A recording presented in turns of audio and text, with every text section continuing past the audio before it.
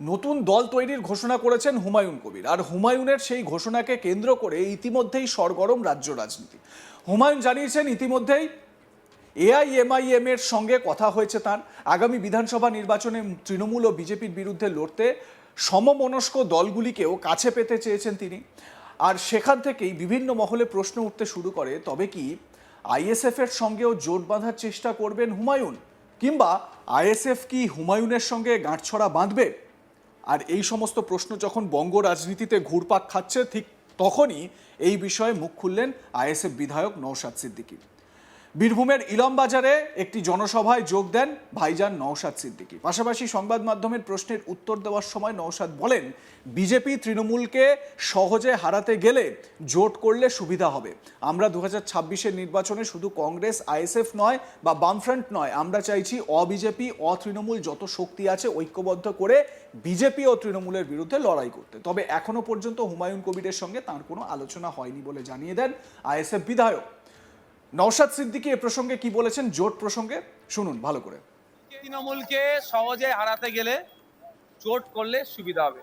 আমরা 2026 নির্বাচনে শুধু আপনার কংগ্রেস আইএসএফ না বা লেফট ফ্রন্ট না, আমরা চাইছি অবিজেপি তৃণমূল যত শক্তি আছে ঐক্যবদ্ধ করতে, করে বিজেপি এবং তৃণমূলের বিরুদ্ধে লড়াই করতে।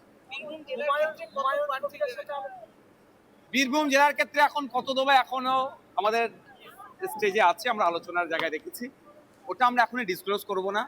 তবে আমরা সিপিএম বামেদের সাথে একটা আলোচনায় পৌঁছেছি, আমরা সেখানে তাদেরকে জানিয়েছি আমাদের কোথায় কোথায় টার্গেট আছে বীরভূম জেলায়। তবে আমরা প্রার্থী দিচ্ছি, জোট হলে সংখ্যা আমরা কমবে প্রার্থী, যদি একাই বাই চান্স লড়াই করতে হয় তাহলে বাড়বে। তবে আমি আশা করব যে আমাদের জোটে লড়াই করবে। না, আমার সাথে আলোচনা হয়নি। উনি 22 তারিখে সম্ভবত রাজনীতি দল তার দলের আত্মপ্রকাশ করবেন। উনি আত্মপ্রকাশ করার পরে ওনার দলের এমস অবজেক্ট আমরা দেখব, উনি কি কি বিষয় নিয়ে কাজ করতে চাইছেন। যদি আমাদের মতদর্শের সাথে ম্যাচ করে নিশ্চিতভাবে তখন আলোচনা শুরু হবে।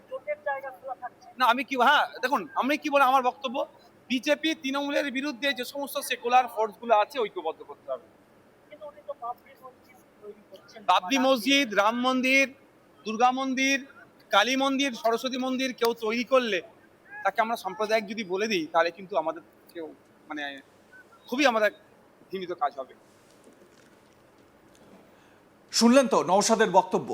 রাজনৈতিক পর্যবেক্ষকদের অনেকেই মনে করছেন, যদি সত্যি হুমায়ুন কবির শেষ পর্যন্ত নতুন দল গড়েন এবং তারপর যদি মিম ও আইএসএফ এর মতো দলের সঙ্গে জোট হয়, তাহলে হয়তো তৃণমূলের সংখ্যালঘু ভোট ব্যাংকে ভাঙন ধরতে পারে। আর তেমনটা হলে হয়তো পরোক্ষে বিজেপিরই সুবিধা হবে বলে মনে করছেন রাজনৈতিক বিশেষজ্ঞদের অনেকেই। চলুন আরো একবার আপনাদের শোনাই ভাইজান নওশাদ সিদ্দিকী এই জোট করা প্রসঙ্গে ঠিক কি বলেছেন, শুনুন। তৃণমূলকে সহজে হারাতে গেলে জোট করলে সুবিধা হবে। আমরা 2026 নির্বাচনে শুধু আপনার কংগ্রেস আইএসএফ না বা লেফট ফ্রন্ট না, আমরা চাইছি অবিজেপি তৃণমূল যত শক্তি আছে ঐক্যবদ্ধ করতে, করে বিজেপি এবং তৃণমূলের বিরুদ্ধে লড়াই করতে।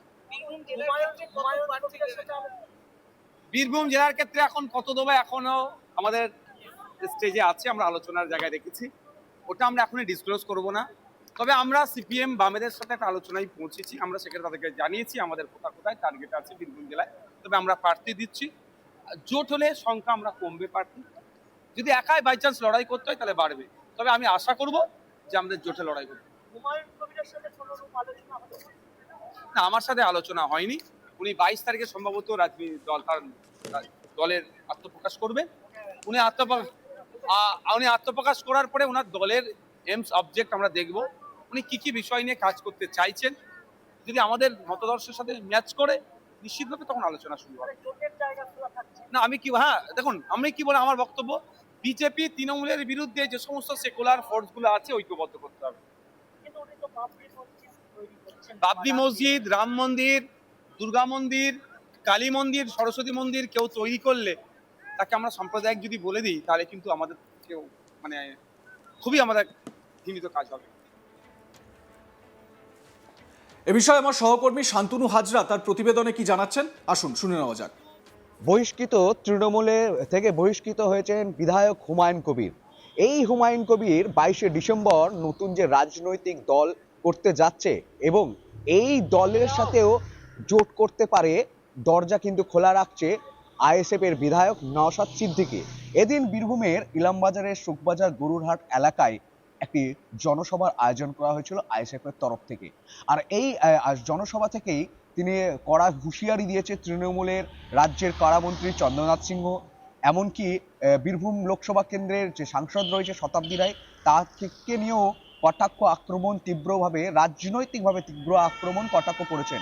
এরপরে তিনি মঞ্চে শেষে সাংবাদিকদের যখন সম্মেলন করেন, তখন তিনি হুমায়ুন কবিরের যে দল, নতুন দল গঠিত হবে, সেই দলের সাথে কিন্তু জোট বাঁধতে পারে আইএসএফ, এমনটাও কিন্তু তিনি স্পষ্ট জানিয়ে দিলেন। তিনি একই সঙ্গে তিনি স্পষ্ট জানিয়েছেন যে হুমায়ুন কবিরের যে দল গঠন করছেন, সেই দলের যদি সাবজেক্ট এবং এম আইএসএফ এর সাথে ম্যাচ করে, তাহলে জোটের সম্ভাবনা কিন্তু থাকতে পারে, এমনটাই একটা বার্তা দিলেন।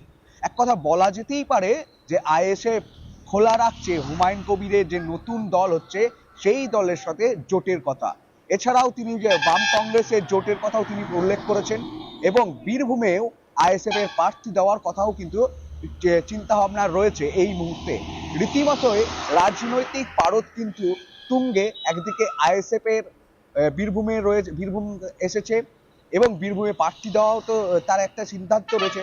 সাথে সাথে রাজ্য রাজনীতিতে একটা সবচেয়ে বড় ফ্যাক্টর হয়ে দাঁড়িয়েছে হুমায়ুন কবির। হুমায়ুন কবির তিনি আগেই ঘোষণা করেছিলেন 135টা আসনে কিন্তু লড়বেন, এবং তার এখন সবচেয়ে বিষয় হচ্ছে সকলে চোখ রয়েছে 22শে ডিসেম্বরে হুমায়ুন কবিরের যে রাজনৈতিক দল, সেই রাজনৈতিক দল তৈরি করার পর কাদের কাছে তরফ থেকে জোটের অফার যাচ্ছে এবং কোন রাজনৈতিক দলের সাথে তারা জোটবদ্ধ হবে।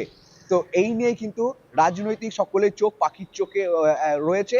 রীতিমতোই একদিকে নওশাদ সিদ্দিকী আইএসএফের বিধায়ক, তিনি আরো জানিয়েছেন যে যে সকল পশ্চিমবঙ্গে বিজেপি এবং তৃণমূলকে পরাজয় করার জন্য যতগুলি রাজনৈতিক দল রয়েছে, তাদের সকলকেই কিন্তু আহ্বান জানাচ্ছে একজোট হওয়ার।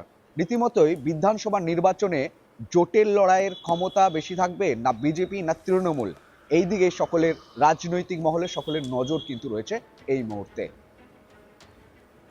দেখুন, এই জোট সমীকরণের কথাই কিন্তু এখন বিভিন্ন মহলে আলোচিত হচ্ছে। রাজ্যের বিরোধী দলনেতা বা প্রধান বিরোধী শক্তি বিজেপির তরফ থেকেও কিন্তু এই বক্তব্য দেওয়া হচ্ছে। লাভপুরে বিজেপির যে কর্মসূচি বা জনসভা, সেই জনসভায় হাজির হওয়ায় পরে মানে সাংবাদিকদের প্রশ্নের উত্তরে শুভেন্দু অধিকারী বলেন যে হিন্দুরা, আদিবাসীরা তারা তৃণমূলের থেকে মুখ সরিয়ে নিয়েছে অনেক আগেই। এবার হুমায়ুন কবির, নওশাদ সিদ্দিকী বা এআইএমআইএম বা মিম, এদের দিকে কিন্তু ঝুঁকছে মুসলিমরা, অর্থাৎ মুসলিম ভোট সেই দিকে শিফট করে যেতে পারে বলে একটা ব্যাখ্যা দিয়েছেন শুভেন্দু অধিকারী। আপনাদের মতামত কি এ প্রসঙ্গে জানাতে থাকুন, দেখতে থাকুন আজ তাক বাংলা। সাবস্ক্রাইব করুন আমাদের ইউটিউব চ্যানেলটি।